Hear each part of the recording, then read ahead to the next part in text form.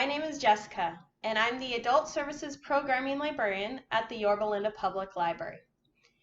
I'm going to go ahead and show you how to make a soda can luminary with things you can find at home. Plus, we have all the instructions step by step written down on our Pinterest page and library's website. So as for supplies, what you're going to need is a soda can, any kind will do, a nail or a tack, something you would use to poke our design into.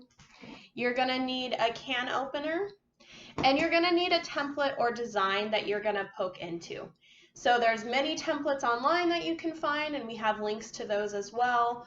Or you can create your own just like this if your printer's not working or you have a design in mind that you want to execute.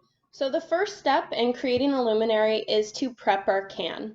So we're going to go ahead and take our soda can and our can opener, and we're just going to go ahead and remove it.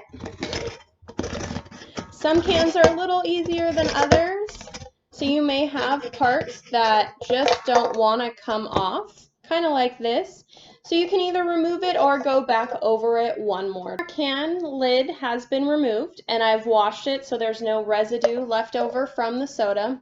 Next, I'm going to go ahead and place my template that I created, but you can use any one that you find at home, and I'm going to go ahead and tape it onto the can just so I don't have to worry about it moving on me or shifting, and I know that it's placed exactly where I want to. It fits on the can.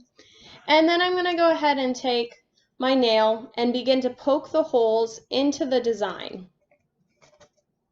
And you're going to hear a nice cracking sound from time to time. The can will indent a little.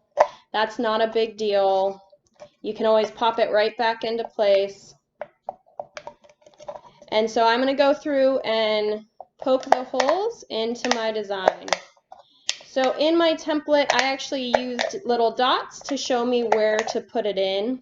In your template, you can go ahead and estimate where you want the dots on the outline, or you can do the same thing and go through and put little dots throughout the design.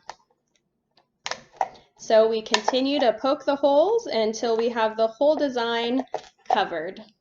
So I went ahead and poked the holes into my design. You can see the can kind of scrunched up a little on me, but you can go in and push it out and go ahead and remove your template.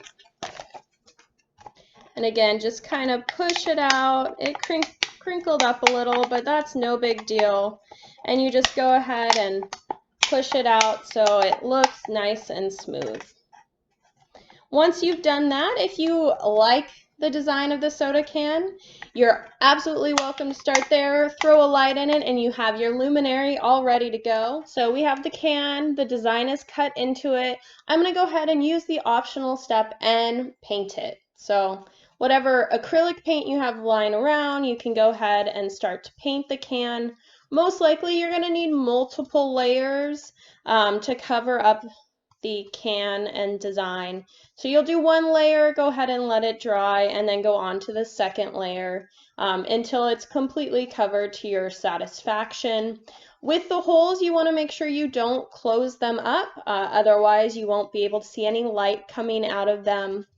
And so you can always poke it again with your nail or tack once you've gone through and painted the can. And you just keep painting until you get the design that you want.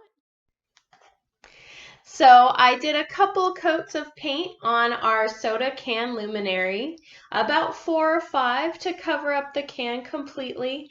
I used a metallic gold to make it a little shimmery and give it a little shine.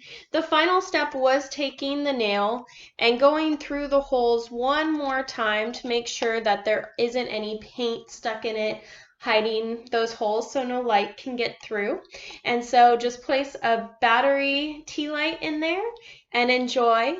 If you're looking for more inspiration and ideas for crafts that you can do at home, visit the library's Pinterest at Yorba Linda Public Library or the library's website.